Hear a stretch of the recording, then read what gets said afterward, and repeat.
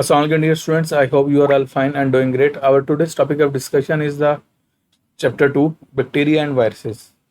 हम first chapter को detail में डिस्कस कर चुके हैं. हम नेक्स्ट चैप्टर को हम देखेंगे जिसमें हम दो टॉपिक को बेसिकली फोकस करेंगे. One is the bacteria, other is the viruses.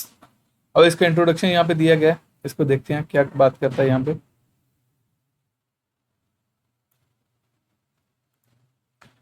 You know that over the years many schemes have been proposed to classify organism into kingdoms. कहते हैं कई सालों तक क्या ऐसा कहते हैं वेरियस स्कीम्स, वेरियस मेथड्स या वेरियस प्रोजेक्ट प्रपोजल दिए गए हैं ऑर्गेनिजम्स को क्लासिफाई करने के लिए. You have studied in chapter 1. कहते हैं आप चैप्टर 1 में डिस्कस कर चुके हो द फाइव किंगडम सिस्टम को प्रपोज बाय रॉबर्ट एच वाइटकर. जिसको प्रपोज किया था रॉबर्ट एच वाइटकर ने, is recommended in biology.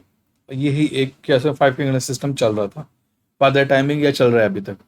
This system classified the organism in a comprehensive way that reflects revolution history of the organism. देखें, पहले 2 kingdom system आया था, फिर 3 किंगडम सिस्टम था, फिर 5 किंगडम सिस्टम.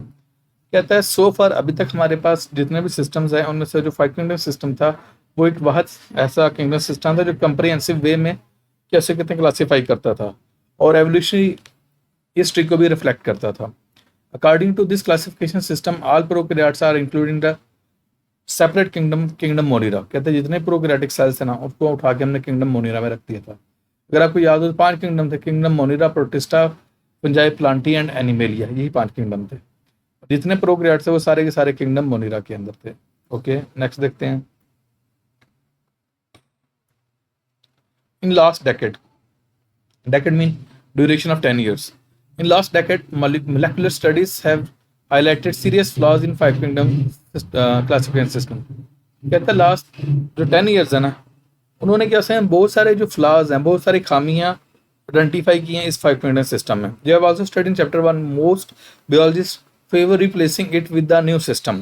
कहते हैं ज़्यादातर बायोलॉजिस्ट ये कह रहे हैं कि आप फाइव किंगडम सिस्टम को आप रिमूव कर दें, अब यहाँ पे 3 डोमेन सिस्टम ले हैं. अब अगर आपको याद हो तो फर्स्ट चैप्टर हमने 3 डोमेन्स पढ़े थे, Archaea, Prokarya and Eukarya. Archaea, Prokarya and Eukarya. जो प्रोकैरिया थी ना उसके अंदर बैक्टीरिया थे. It has more aligned with data gain from the molecular studies. कहते हैं मोलेकुलर स्टडीज से जो हमारे पास डाटा है ना उसके साथ जो ज़्यादा अलाइनमेंट है वो 3 डोमेन सिस्टम की है. क्लियर?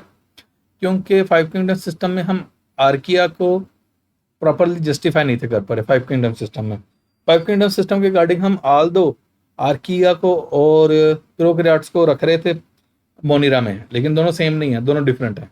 तो फिर जो फाइव किंगडम सिस्टम वो ज़्यादा ऑथेंटिक नहीं था. एनीवेज नेक्स्ट देखते हैं. You know that bacteria are the prokaryotes classified in the domain of their own. कहता है बैक्टीरिया को उनको अपने डोमेन में रख दिया जाता है, the domain bacteria. In this chapter we will study detailed structure of bacterial cell. इस चैप्टर में हम बैक्टीरियल सेल का डिटेल स्ट्रक्चर को देखेंगे, ऑब्जर्व करेंगे और उसके कंपोनेंट्स को देखेंगे. You will also study the importance of bacteria. हम बैक्टीरिया की यहाँ पे इंपॉर्टेंस भी देखेंगे. अब हम बैक्टीरियल सेल की स्टडी करते हैं.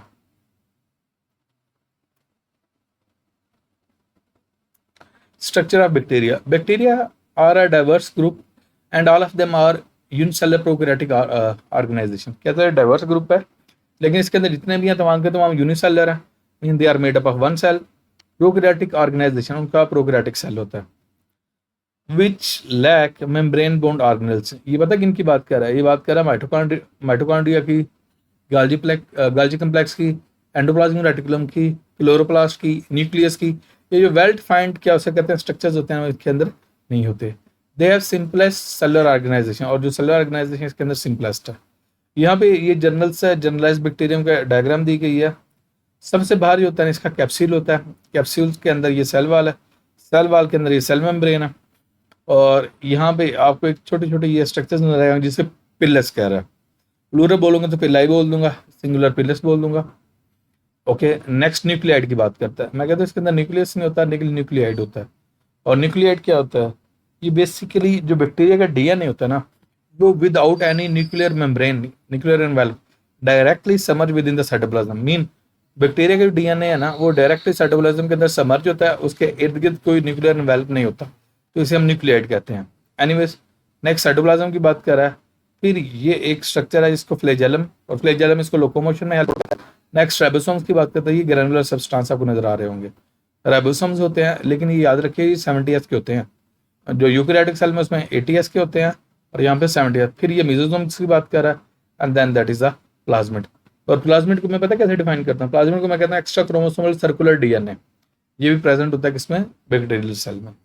क्लियर। नेक्स्ट हम देखते हैं सेल वॉल।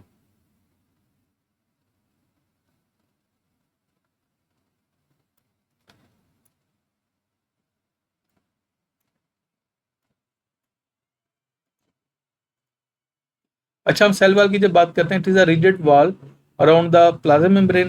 बैक्टीरिया जो होता है ना, उसकी सेल मेम्ब्रेन के इर्द गिर्द जो रिजिड स्ट्रक्चर होता है, that is bacterial cell wall. The major component bacterial cell wall is a unique macromolecule called peptidoglycan.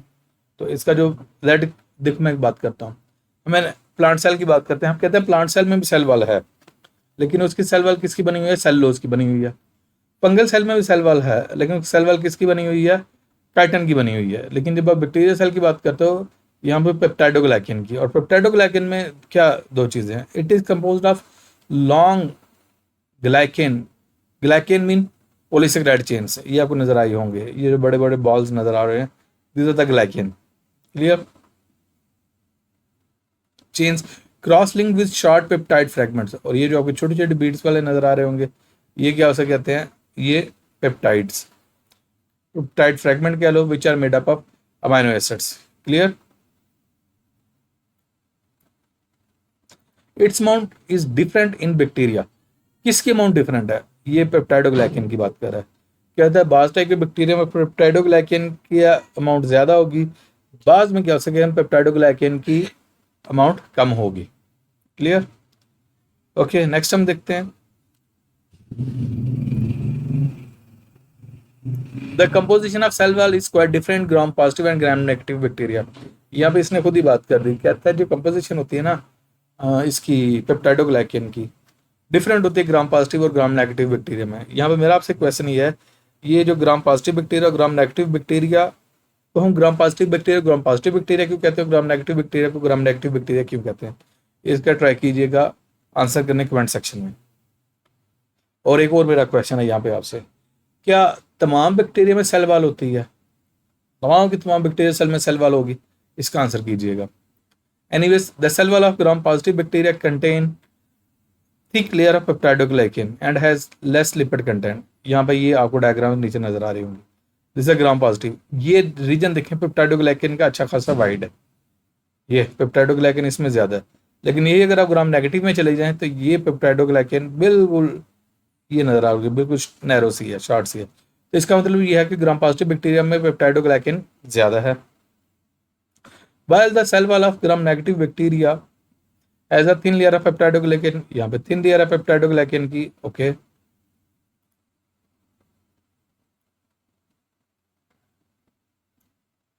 The cell wall of gram negative bacteria has an outer membrane made up of lipopolysaccharide and lipoprotein। यहाँ पे gram negative में देखें, gram negative में ये peptidoglycan है, इससे बाहर भी ये आउटर मेम्ब्रेन है जिसमें लिपोपोलीसेकेराइड भी है और लिपोप्रोटीन भी है। अच्छा, यहाँ पे जब हम बोल दो ना लिपोपोलीसेकेराइड, तो ये कॉन्जुगेटेड मॉलिक्यूल की एग्जांपल है जिसमें लिपिड भी होंगे और पॉलीसेकेराइड भी होंगे। लिपोप्रोटीन जो कंबाइंड मॉलिक्यूल है किसका, लिपिड्स का और प्रोटीन्स का। Anyways the outer membrane makes gram negative bacteria resistant to many antibiotics, ये बहुत सारे एंटीबायोटिक के लिए क्या हो जाते हैं, रेजिस्टेंट हो जाते हैं। It contain a protein called porin, यहाँ पे ये आपको स्ट्रक्चर नजर आ रहा होगा, that is a porin which acts like a pore for specific molecule, जो पोर के तौर बिहेव करता है स्पेसिफिक मॉलिक्यूल्स के लिए।